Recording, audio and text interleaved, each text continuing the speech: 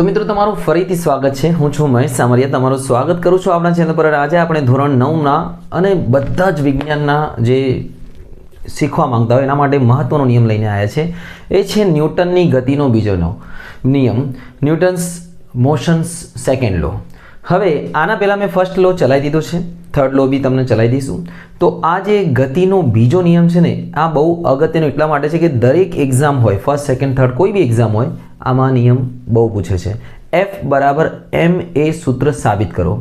તો પ્રશ્ન આ રીતે પૂછાય છે કે ભાઈ ન્યૂટનની ગતિનો બીજો નિયમ લખો અને F બરાબર ma ફોર્સ બરાબર માસ ઇન્ટુ એક્સેલરેશન, બરાબર ને, જેને આપણે કહીશું ફાધર બરાબર માં, સાબિત કરો।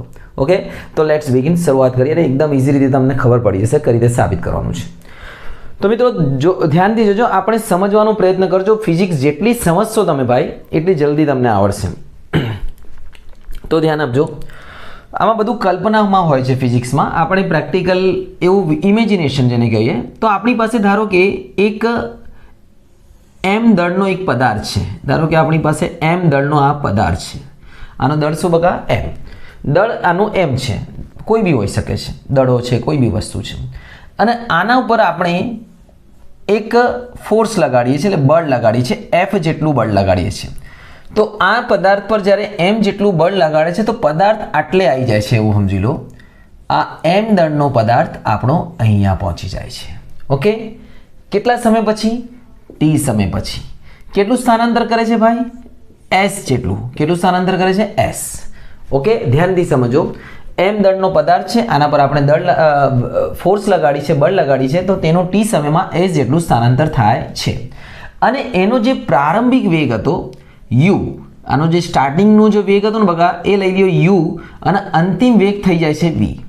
એટલે આપણે આનું ભાષામાં લખી દેવાનું કે ભાઈ m દળનો પદાર્થ છે, તેના પર f જેટલું બળ લગાડતા તે s જેટલું સ્થાનાંતર કરે છે t સમયમાં, અને તેનો વેગ v થી વધીને v થાય છે। અને આના પરથી આપણે સૂત્ર તારવીશું।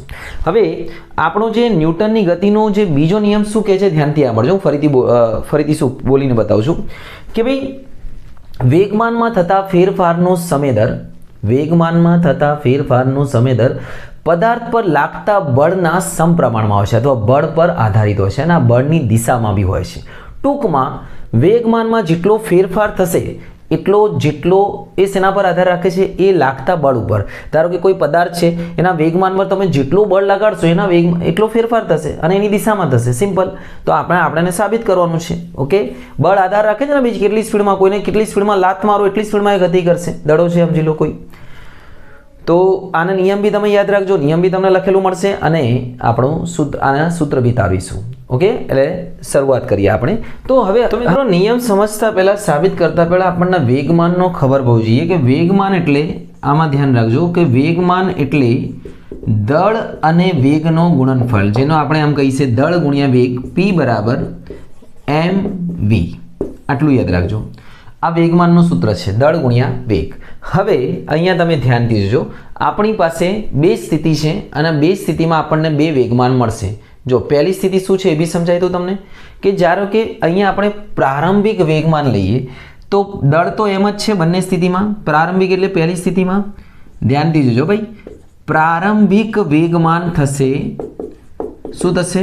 જેને આપણે કહીશું pi, તમે p1 બી કહી શકો છો, કોઈ ફરક નહીં પડતો। pi એટલે p ઇનિશિયલ, પ્રારંભિક વેગમાન। વેગમાનનું સૂત્ર શું છે? દળ ગુણ્યા વેગ। તો પ્રારંભમાં દળ છે m અને વેગ છે u જેટલો, પ્રારંભમાં વેગ અલગ છે, અંતિમ વેગ અલગ છે।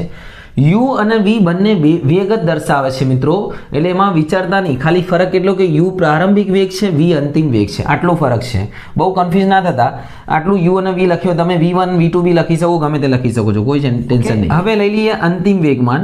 તો અંતિમ વેગમાન શું થશે ભાઈ, તમે જોઈ લો, અંતિમ વેગમાન એટલે pf જેને કહીએ આપણે, pf એટલે ફાઇનલ મોમેન્ટમ, m ગુણ્યા v, દળ ગુણ્યા વેગ, દળ m છે, દળ તો બંને કિસ્સામાં પદાર્થ એક જ છે, દળ ગુણ્યા વેગ mv।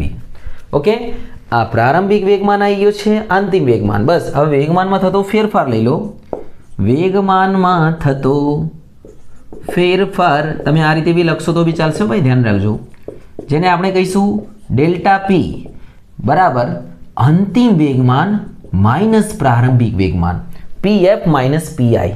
तो डेल्टा पी बराबर क्या है बबुआ? डेल्टा पी बराबर पीएफ की किंमत शू है भाई? M v minus m u. आने आपणे पछी काममां लई लईशुं, बराबर ने? ओके, आगळ सूत्राने तारवीए। मित्रों, हवे न्यूटनना बीजा नियम मुजब वेगमानमां थता फेरफारनो समय दर अहींया लखीशुं आपणे। न्यूटनना बीजा नियम मुजब, न्यूटनना बीजा नियम मुजब वेगमानमां थता फेरफारनो समय दर एटले मीन्स डेल्टा पी नो समय दर एटले टी प्रोपोर्शनल टू एफ, मतलब बळ पर आधार राखे छे। तो पहला एफ लखी लो, एफ प्रोपोर्शनल टू એટલે સમપ્રમાણમાં છે। ટૂંકમાં યાર આના સમપ્રમાણનો મતલબ શું થાય? એક વધે તો બીજો બી વધે, એક ઘટે તો બીજો બી ઘટે। ટૂંકમાં સમજી લો આટલું, આ સમપ્રમાણનો મતલબ થાય। તો હવે આપણે ડેલ્ટા પી ની કિંમત મૂકી દો ભાઈ। ડેલ્ટા પી ની કિંમત શું છે? તમને આને બીજી રીતે બી સાબિત કરી શકાય, ધ્યાન રાખજો। એમ વી માઇનસ એમ યુ, આ થોડી ઇઝી રીત છે। આમાંથી એમ કોમન લઈ લો ભાઈ, મેરે ભાઈ, એમ કોમન, વી માઇનસ યુ છેદમાં ટી। હવે તમને વેલોસિટીનું સૂત્ર, એક્સેલરેશનનું સૂત્ર એટલે પ્રવેગનું સૂત્ર શું ખબર છે?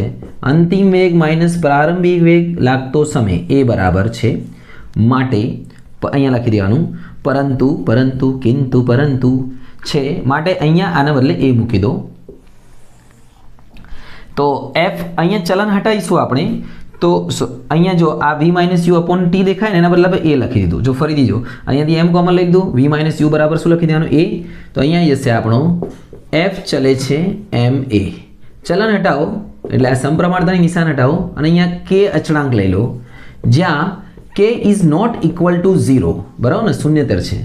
जो के बराबर 1 लेता, के बराबर 1 लेता तो एफ बराबर थई जशे एम ए। ओके, मतलब बळ बराबर थशे दळ गुण्या प्रवेग। ओके, आना पछी बी तमने एक वस्तु समजावी दઉં છું। આટલું તમને ખ્યાલ આવી ગયો? આ સૂત્ર કઈ રીતે તાર્યું કે ભાઈ સૌથી પહેલા ન્યૂટનના બીજા નિયમ મુજબ લખ્યું ડેલ્ટા પી છેદમાં ટી ચલે છે એફ, બરાબર ને? અને એફ ને પહેલા લખી દીધું, પછી m v minus m u, m common લઈ દીધું, વી માઇનસ યુ બરાબર પ્રવેગનું સૂત્ર છે અને અહીંયા ચલન હટાવ્યું તો કે લઈ લીધું, કે અચળાંક છે, કે બરાબર 1 લેતા, એફ બરાબર એમ એ। ओके, तो आना परथी आपणे 2-3 व्याख्याओ भी सीखी सकीए छे अने एना न्यूटनना एकम पण निकाळी सकीए। जो लाई दઉં છું न्यूटननो एकम, ध्यान आपजो। हवे तो मित्रों आ बळ अने जे सूत्र छे एना परथी केटलाक एकमो निकाळीशुं। जो बळनो एकम छे तमने अहींया फरीथी लखी दઉં છું, एफ बराबर एम ए, जेने आपणे हूँ मारी भाषामां कहूं छुं फाधर बराबर मां, पण हकीकतमां आ छे फोर्स, आ छे मास, आ छे एक्सेलरेशन। ओके, फोर्स एटले बळ। हवे बळनो एकम छे न्यूटन, कि न्यूटन ने शोध्युं हतुं एटले एनी यादमां, एमनी यादमां सॉरी। मास एटले किलोग्राम अने एक्सेलरेशननो एकम छे एटले प्रवेगनो एकम छे मीटर प्रति सेकेंड स्क्वेर। तो 1 न्यूटन बराबर किलोग्राम, 1 न्यूटन बराबर 1 किलोग्राम, खाली न्यूटन लखी दो अत्यारे, खाली 1 न्यूटन बराबर किलोग्राम मीटर प्रति सेकेंड स्क्वेर एटले न्यूटनना बराबर आ लखी शकाय। हवे तमने पूछे कि भाई 1 न्यूटन बळ क्यारे लाग्यु कहेवाय? कोई वस्तु पर 1 न्यूटन बळ क्यारे लाग्यु कहेवाय? तो वेरी सिंपल, जो 1 किलो दळ धरावता पदार्थ पर, केटला किलो पर? 1 किलो दळ धरावता पदार्थ पर एटલું बळ लगाडवामां के जेमां 1 मीटर प्रति सेकेंड स्क्वेरनो शुं उत्पन्न थाय? प्रवेग उत्पन्न थाय। 1 न्यूटन जेटલું बळ धरावता पदार्थमां 1 किलो जेटલું बळ फरीथी बोलूं छुं, 1 किलो दळ धरावता पदार्थ पर એ જેટલું બળ લગાડીને 1 મીટર પ્રતિ સેકન્ડ સ્ક્વેરનો પ્રવેગ ઉત્પન્ન કરી શકાય તેને 1 ન્યૂટન કહે છે। અને ન્યૂટનનો નાનો એકમ છે ભાઈ, નાનો એકમ બી છે ન્યૂટનનો, એ છે ડાઇન। હવે ડાઇન એટલે સીજીએસ એકમ છે, આ એમકેએસ છે।